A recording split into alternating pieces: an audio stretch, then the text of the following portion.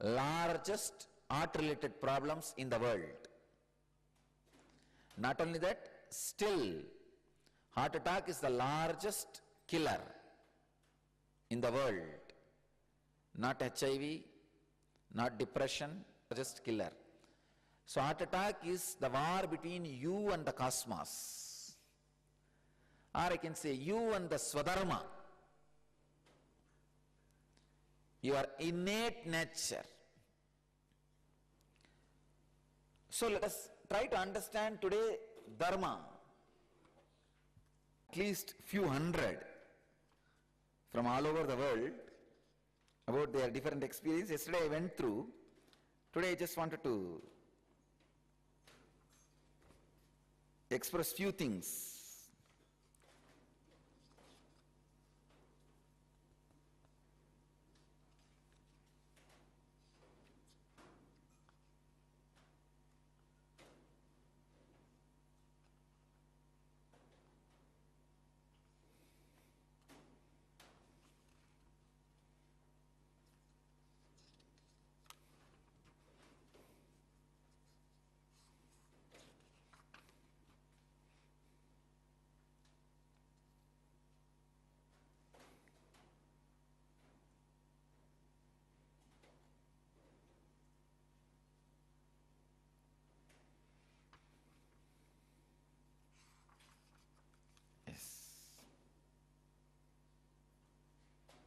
Now I will explain the Dharma and Swadharma, why I spent few minutes brushing these replies, because I will answer.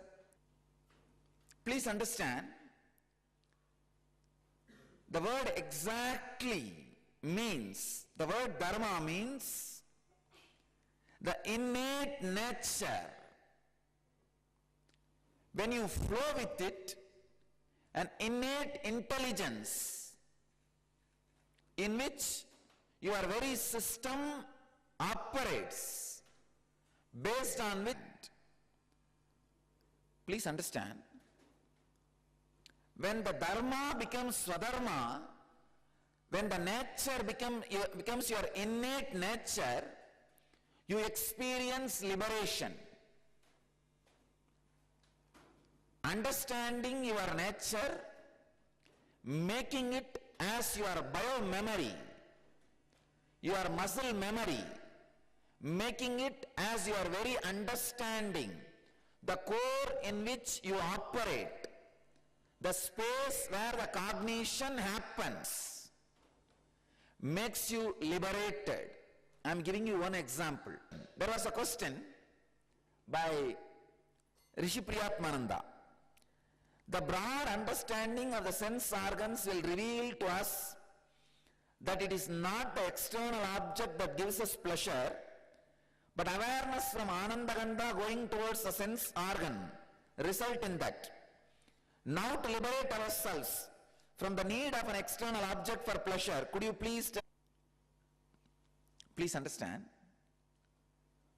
I will explain this concept step by step.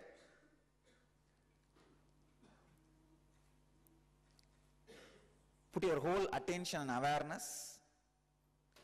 I will not leave a single technical term unexplained. So catch all the technical terms. The first technical term is Dharma, nature.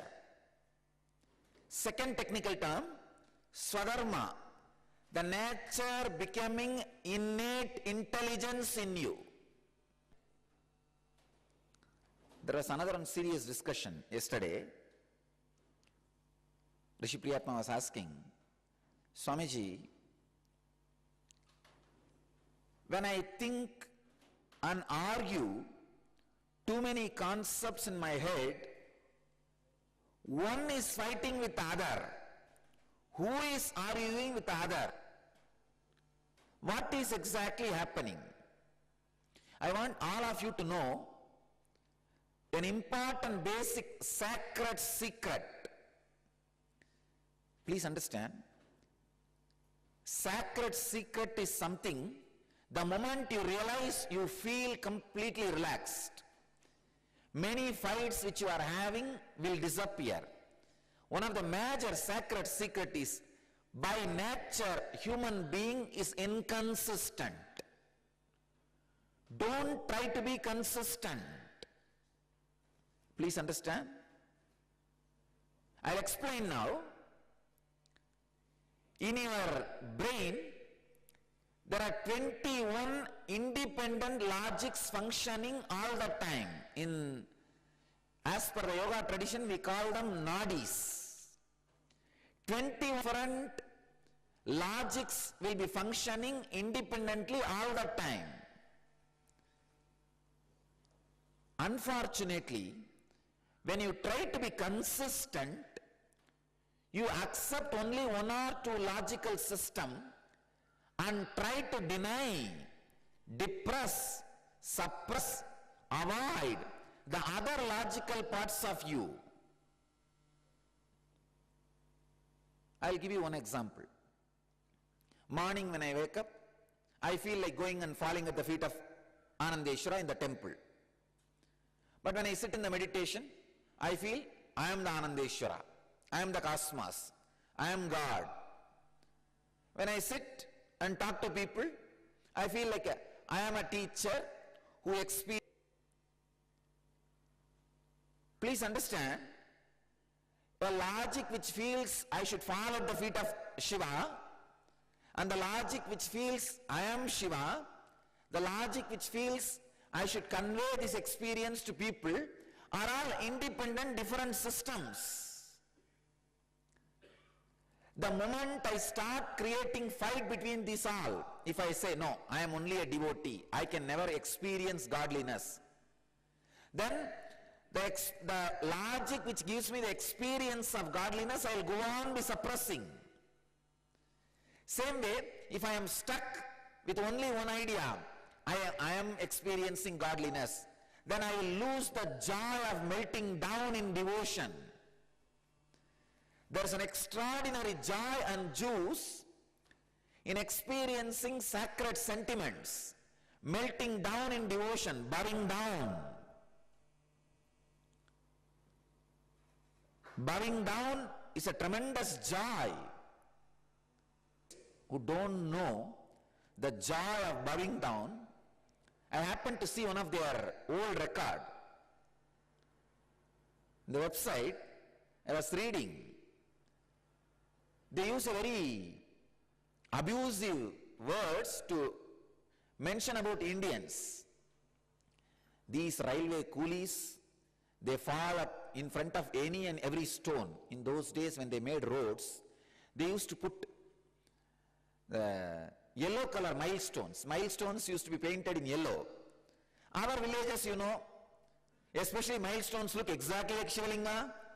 The moment they paint yellow stone, our guys will put turmeric and cloth and put vibhuti kumkum and start a temple. And the worship will start.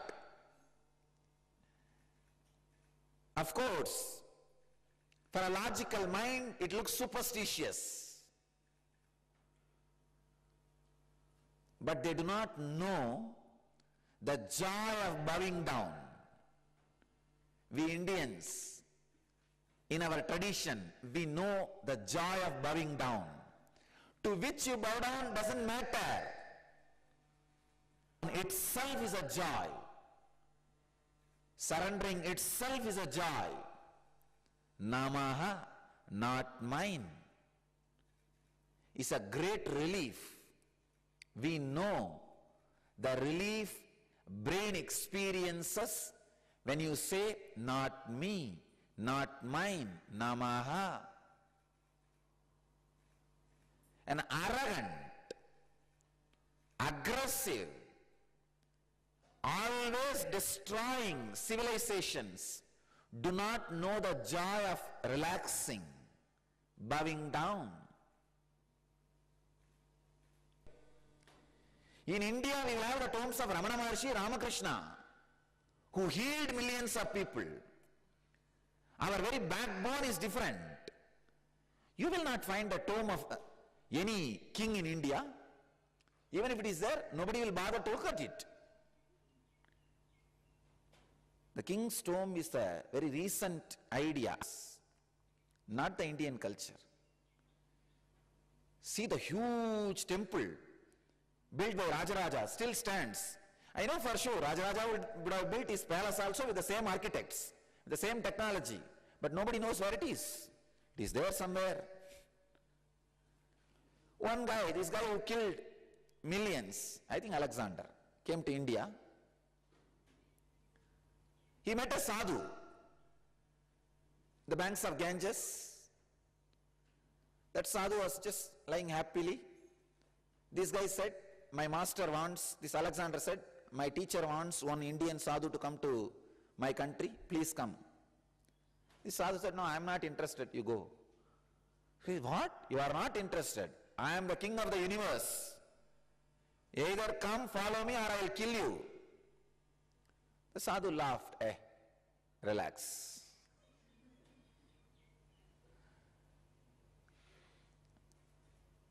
The complete relaxed mood of the sadhu has shaken the Alexander.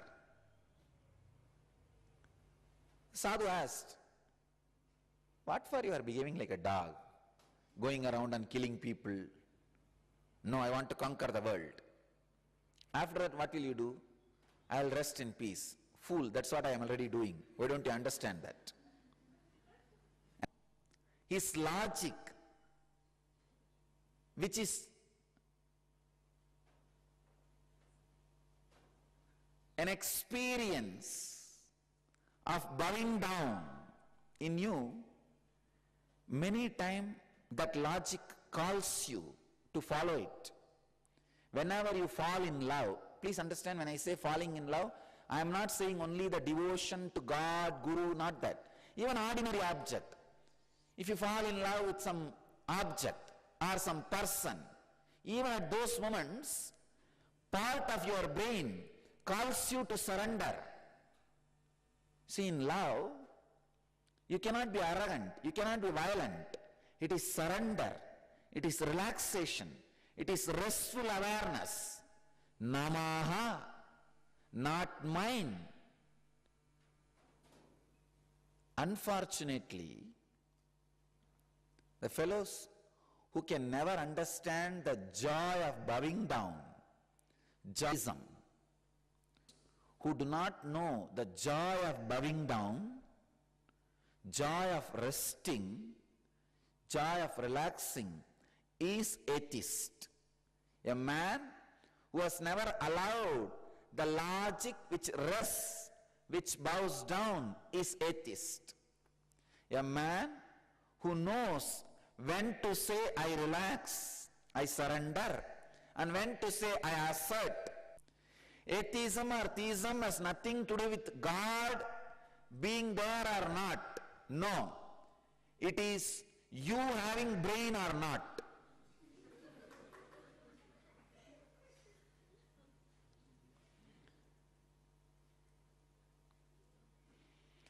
One day God calls Adam and says, I have a good news for you and a bad news. God says, I am going to give you two things today. One brain, another one genital organs. With the brain you can think, with the genital organs you can have pleasure. Adam says, this is a great news. Then what other bad news you can give me? Come on, tell me. God says, only one will work at a time. When you do not allow your brain, which is ready to bow down, to work, only the other organ will be working. The joy of bowing down, joy of relaxing, joy of namaha is one aspect of your brain. And the same way, power of asserting, power of standing up, the power of proving your identity is one part of your logic. Or I can say one aspect of your logic. And the identity which you show to the outer world, how people should remember you, that is one part of your logic, one aspect of your logic. The identity which you believe as you, in you, is one dimension of logic.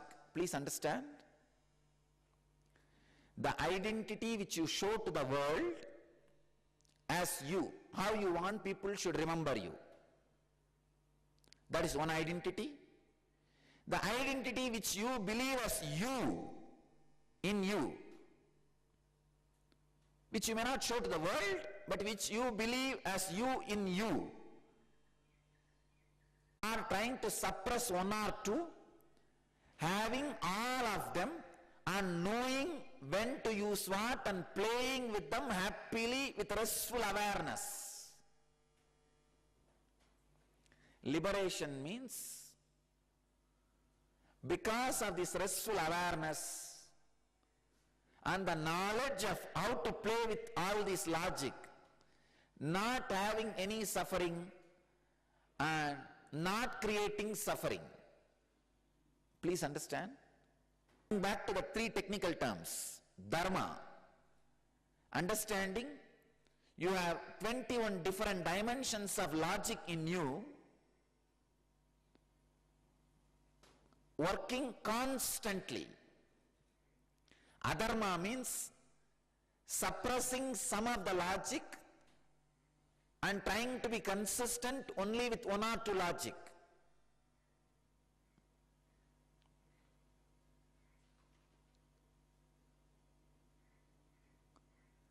Swadharma means understanding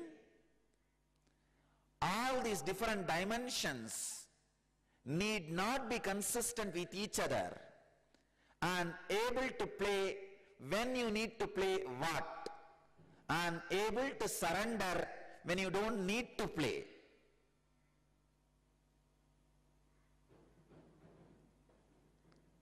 Understand?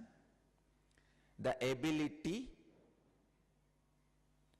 to play with all the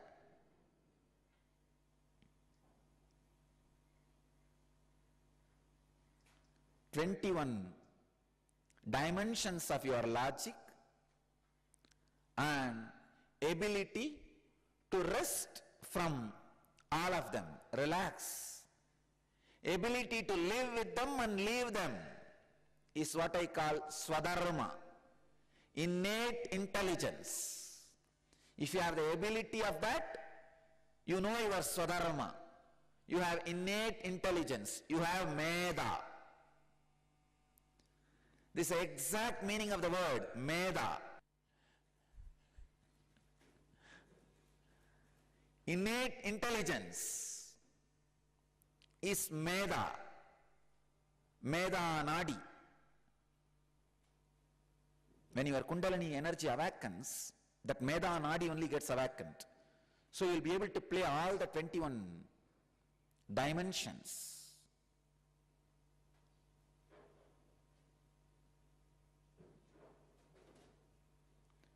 The medha nadi is an extraordinary strength, extraordinary power. I tell you, not only, see, we all learn so much about ability to live for our age. Still in Indian villages, you don't need to compete with youngsters. If you are aged, you are respected. At least I can tell from my pre-monastic family, my grandfather, till his last day, he died after 90, above 90. Till his last day, he was the head of the family. He had all the wealth in his control. So he is aged, but respected. He is not unwanted. He is not dumped in some old age home, or he is not dumped as useless. Every day he is consulted. His opinions are taken. He is made to feel he is necessary. You are needed. In Indian culture, at least the traditional Vedic culture, we had a system, aging gracefully. And not only that, The elders also know the science of living gracefully.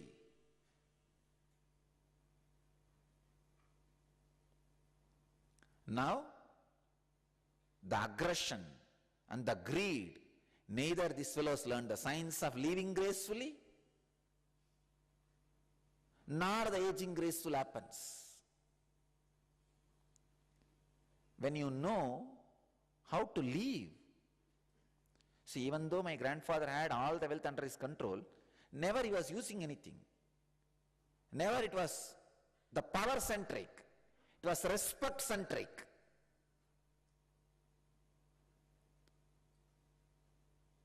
We had two major things in India. When the moment he becomes old, he knows how to retire gracefully.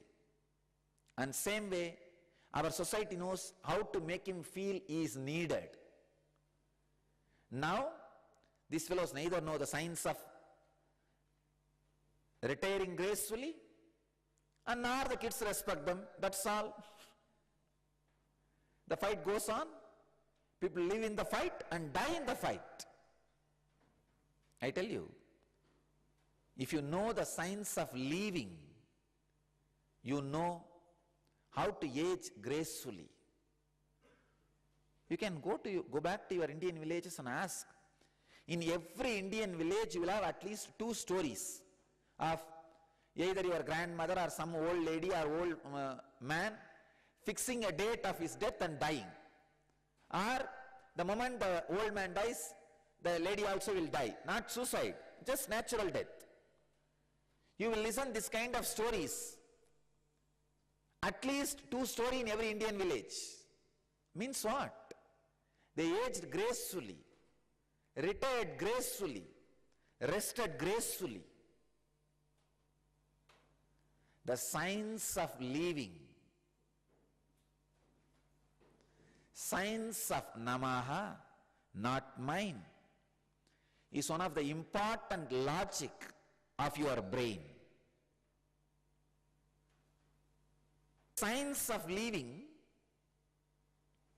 understand, when we do not know the science of living, you emphasize too much on living. So you try to be consistent.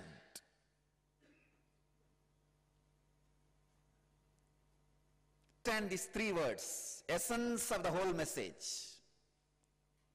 Dharma, Swadharma, Mukti, liberation. When you are free